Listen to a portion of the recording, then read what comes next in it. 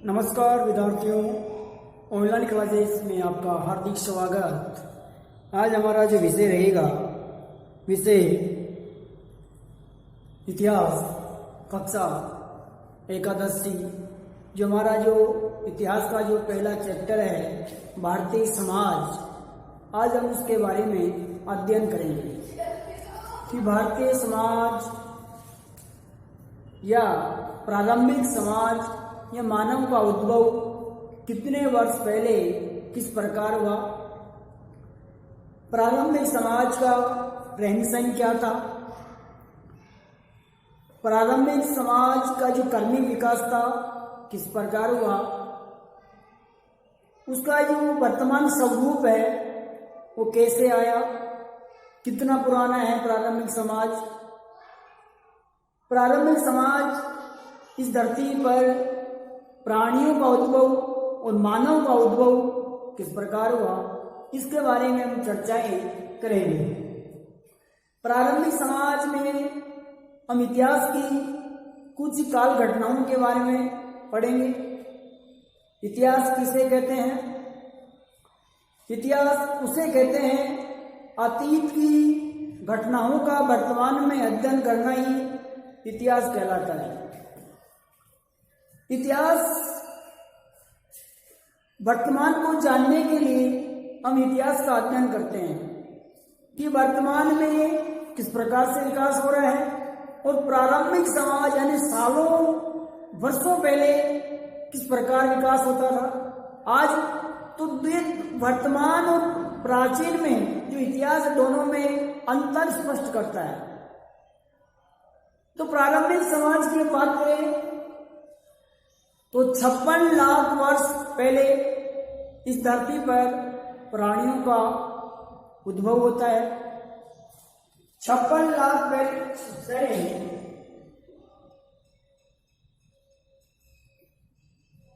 56 लाख वर्ष पहले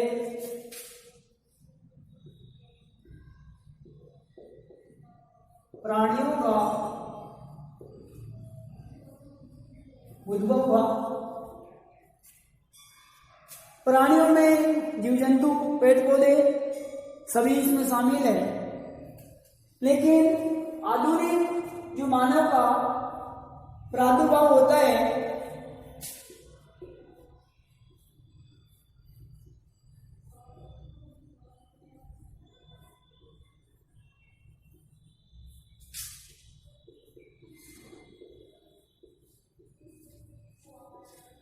आधुनिक मानव का प्रादुर्भाव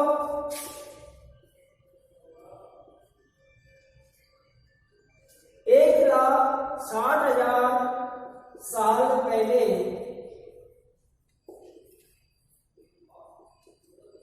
हुआ था।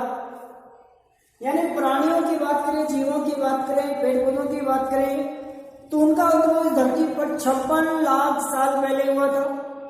लेकिन आज का जो मानव है इसका जो प्रादुर्भाव धरती पर 1,60,000 साल पहले इस धरती पर इसका मानव का जन्म होता है। तो प्रारंभिक समाज की घटनाएं यही से शुरुआत मानी जाती है। आधुनिक मानव के बाद आदि मानव जो है इसके इतिहास की जानकारी हमें किन स्रोतों से मिलती है?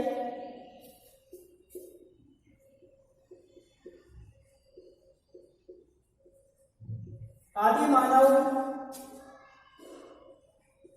की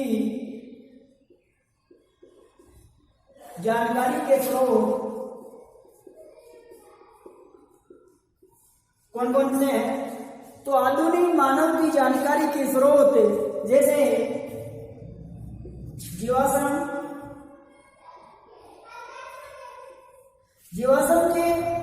जीवाश्म के माध्यम से हमें आदि मानव की जानकारी प्राप्त होती है। इसके अलावा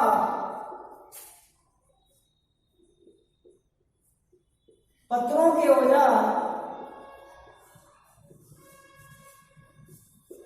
गुफाओं पर चित्रकारी गुफाओं पर चित्रकारी। इसके अलावा आदि मानव की जानकारी हमें नेंडर घाटी, जर्मनी, जीवाश्म, पत्थरों के औजार, गुफाओं पर चित्रकारी, नेंडर घाटी, जर्मनी, यहां से हम आदि मानव की जानकारी के स्रोत हमें यहां से प्राप्त होते हैं। जीवाश्म क्या होता है? नहीं मुझे नहीं चाहिए। जीवाश्म क्या होता है? पुराने पौधे जानवर के उन अवशेषों, पुराने पौधे जानवर के उन अवशेषों के लिए प्रयुक्त किया जाता है जो पत्थर के रूप में बदलकर किसी चट्टान में समा जाते हैं। वो क्या कहलाते हैं? जीवाश्म कहलाते हैं।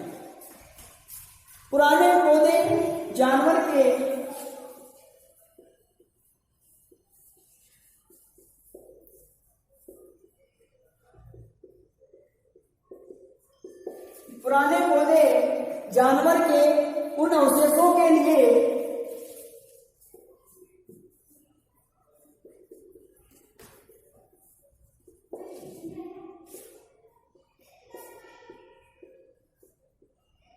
प्रयुक्त किया जाता है जो पत्थर के रूप में प्रयुक्त किया जाता है।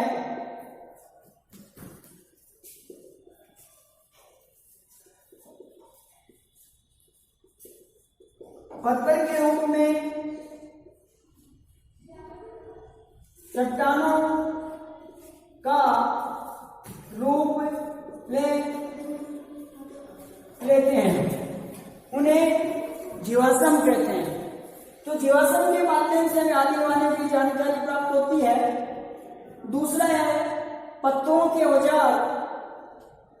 प्रारंभिक समाज में प्रारंभिक समाज में ना लोहे का ज्ञान था, ना तांबा का उन्हें ज्ञान था। तो अपने शिकार के लिए वो पत्थरों के औजारों का उपयोग करते थे और बहुत बड़े बड़े पत्थर थे।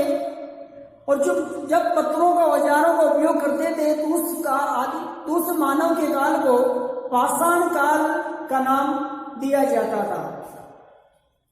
फिर बात करते हैं गुफाओं पर चित्रकारी। गुफाओं पर चित्रकारी मानव अपने भावों को प्रकट करने के लिए करता था, क्योंकि प्रारंभिक समाज में भाषा का ज्ञान नहीं था। तो अपने भावों को प्रकट करने के लिए वो एक दूसरे को समझाने के लिए गुफाओं पर चित्रकारी करता था। और प्राचीन जो साक्ष्य मिले आदि मानव के, वो नेंडर घाटी जर्मनी में मिले हैं। तो ये आदि मानव की जानकारी के स्रोत हैं। पहला है जीवाश्म, पत्थर के औजार, गुफाओं पर चित्रकारी, नेंडर घाटी जर्मनी से अवशेष। और अगला है शिकार। मानव अपने जीवन यापन को बनाए रखने के लिए, अपने जीवन को बचाने के लिए अपने भोजन की तलाश में शिकार करता था और शिकार के माध्यम से अपनी भूख मिटाता था। तो शिकार से भी अब शिकार किससे करता था? शिकार जो बड़े बड़े पत्थरों के औजार बनाता था, उन पत्थरों के माध्यम से वो शिकार करता था। तो ये आदि मानव के स्रोत माने गए हैं। अब बात करते हैं प्रारंभिक समाज की खोज किस वैज्ञानिक के माध्यम से की गई है।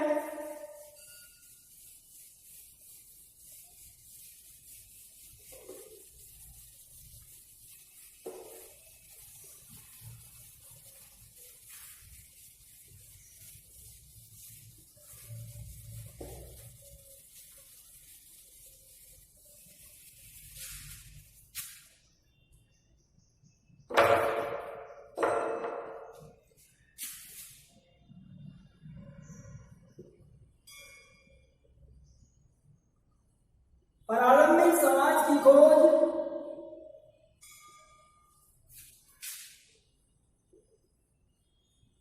1863 में रॉबर्ट बुरुस्फुट के द्वारा की जाती है। प्रारंभिक समाज की खोज 1863 ईस्वी में रॉबर्ट बुरुस्फुट के द्वारा इस समाज की खोज की जाती है। प्रारंभिक समाज के बारे में वो पता लगाते हैं कि प्रारंभिक समाज किस प्रकार जीवन यापन करता था उस वक्त। आगे हम चलते हैं तो चार्ल्स डार्विन द्वारा लिखित पुस्तक, चार्ल्स डार्विन द्वारा लिखित पुस्तक the original on the origin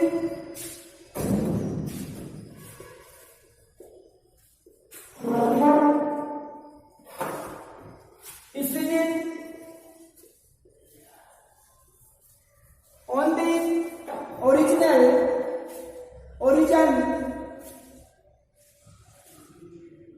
इसमें इस पुस्तक के माध्यम से हमें प्रारंभिक समाज की जानकारी प्राप्त होती है। और ये पुस्तक इन्होंने 24 नवंबर 1859 ईस्वी को इस पुस्तक का निर्माण इन्होंने किया था। 24 नवंबर 1859 को इस पुस्तक का इन्होंने प्रकाशन किया है। और भारतीय समाज के बारे में जो जानकारी प्राप्त होती है हमें इस पुस्तक के माध्यम से भी होती है। आगे बात करते हैं मनुष्य को, और इसी पुस्तक में बताया गया है कि मानव का विकास जानवरों के माध्यम से हुआ है। एकाएक मनुष्य का जन्म नहीं हुआ है। जो मानव का जो कमी विकास है वो जानवरों के माध्यम से हुआ है। पहले मनुष्य इस धरती पर उत्पन्न नहीं हुआ। पहले 56 लाख, मैंने बताया कि 56 लाख वर्ष पहले प्राणियों का उद्भव हुआ है। स्तन प्राणी जो प्राणी है, जीव जंतु, उनका जन्म हुआ पहले। लेकिन 1,60,000 साल पहले मानव का जन्म हुआ है। तो हमारा जो विकास माना जाता है इस पुस्तक से हमें जानकारी मिलती है कि मनुष्य का जो विकास हुआ है वो जानवरों के माध्यम से हुआ है। अब बात करते हैं मनुष्य के बारे में कि जो मनुष्य है उसको होमो नाम दिया गया है।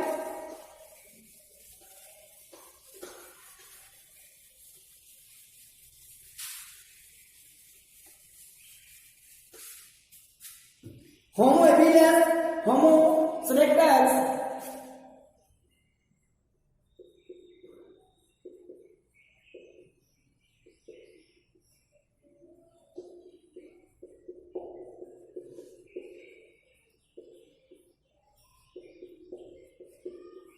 होमो सेपियंस मानव को इन 3 नामों से, होमो हेबिलिस, होमो इरेक्टस, होमो सेपियंस। अब इसमें बात करते हैं होमो जो हेबिलिस है वो औजार निर्माता थे। ये क्या करते थे? औजारों का निर्माण करते थे।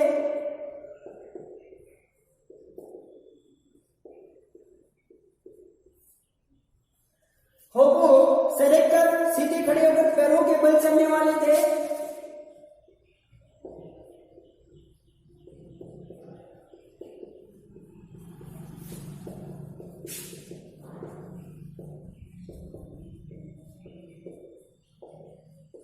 पैरों के बल चलने वाला मानव होता है। और होमो सेपियंस एक चिंतनशील मानव है। जैसे आज का जो मानव है वो कैसा मानव है? होमो सेपियंस यानी चिंतनशील मानव है। आज का जो मनुष्य है कोई भी समस्या आने पर क्या करता है? चिंतन करता है कि समस्या का समाधान कैसे हो। ये क्या कहलाता है? चिंतन कहलाता है, विचारता है, सोचता है इसके बारे में। ये तीनों के तीनों क्या है? होमो सेपियंस मानव को इन्हें बांटा गया है। आगे बात करें, आदिकालीन मानव को विभिन्न तरीकों से भोजन प्राप्त होता था। आदिकाल का जो मानव था वो किस प्रकार से अपने में भोजन की व्यवस्था करता था?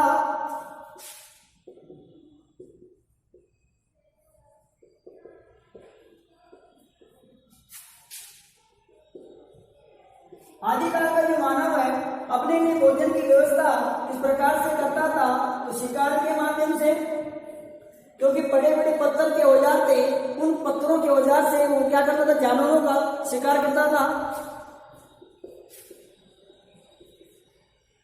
फल फूल के माध्यम से, यानी वो जंगलों में फल फूल का सेवन करता था, फल फूल का सेवन इसके माध्यम से वो भोजन प्राप्त करता था।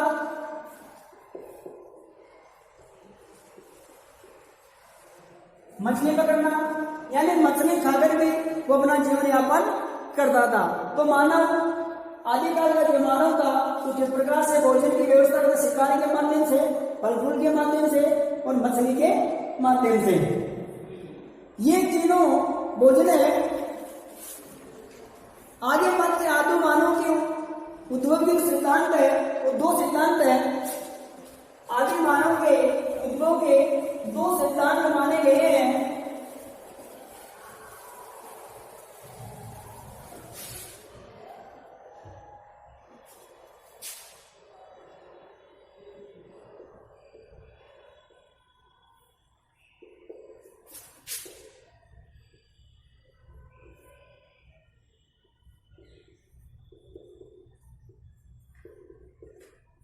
उद्भव के दो सिद्धांत हैं। पहला है क्षेत्रीय न्यूनता मॉडल सिद्धांत,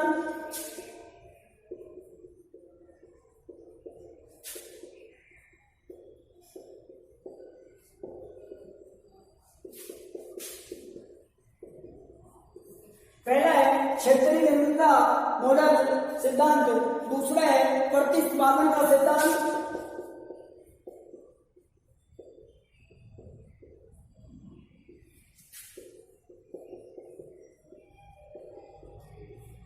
ये दो सिद्धांत माने जाते हैं आदि मानव के उद्भव के सिद्धांत। अब इन दोनों सिद्धांतों में, जैसे आदि मानव क्षेत्र अलग अलग क्षेत्रों में, क्षेत्र का मतलब होता है अलग अलग क्षेत्रों में आदि मानव का उद्भव कैसे, किस प्रकार हुआ, जैसे एशिया में कैसे हुआ, अफ्रीका में कैसे हुआ, क्योंकि अलग अलग महाद्वीपों में अलग अलग क्षेत्रों में जो मानव का उद्भव हुआ है वो अलग अलग प्रकार से हुआ है। और दूसरा है प्रतिस्थापन का सिद्धांत, यानी इसका मतलब है कि सबसे पहले जो मानव का प्रादुर्भाव हुआ है वो अफ्रीका महाद्वीप में हुआ है। सबसे पहले बात करें तो अफ्रीका महाद्वीप में मानव का उद्भव हुआ है। तो ये प्रतिस्थापन का सिद्धांत है और ये क्षेत्रीयता न्यूनता का सिद्धांत है। अब बात करते हैं हिमयुग की शुरुआत कब से मानी जाती है। हिमयुग की शुरुआत आज से 25 लाख वर्ष पहले की मानी जाती है। तो ये प्रारंभिक समाज का मानव था और आगे चलकर प्रारंभिक समाज है वो पूरा पाषाण काल, मध्य पाषाण काल और नव पाषाण काल में विभाजित हो जाता है। तो ये जो हमारे पूरा पाषाण काल, मध्य पाषाण काल और जो नव पाषाण काल है, हम इनके बारे में कल अध्ययन, आगे वाले वीडियो में अध्ययन करेंगे। नमस्कार।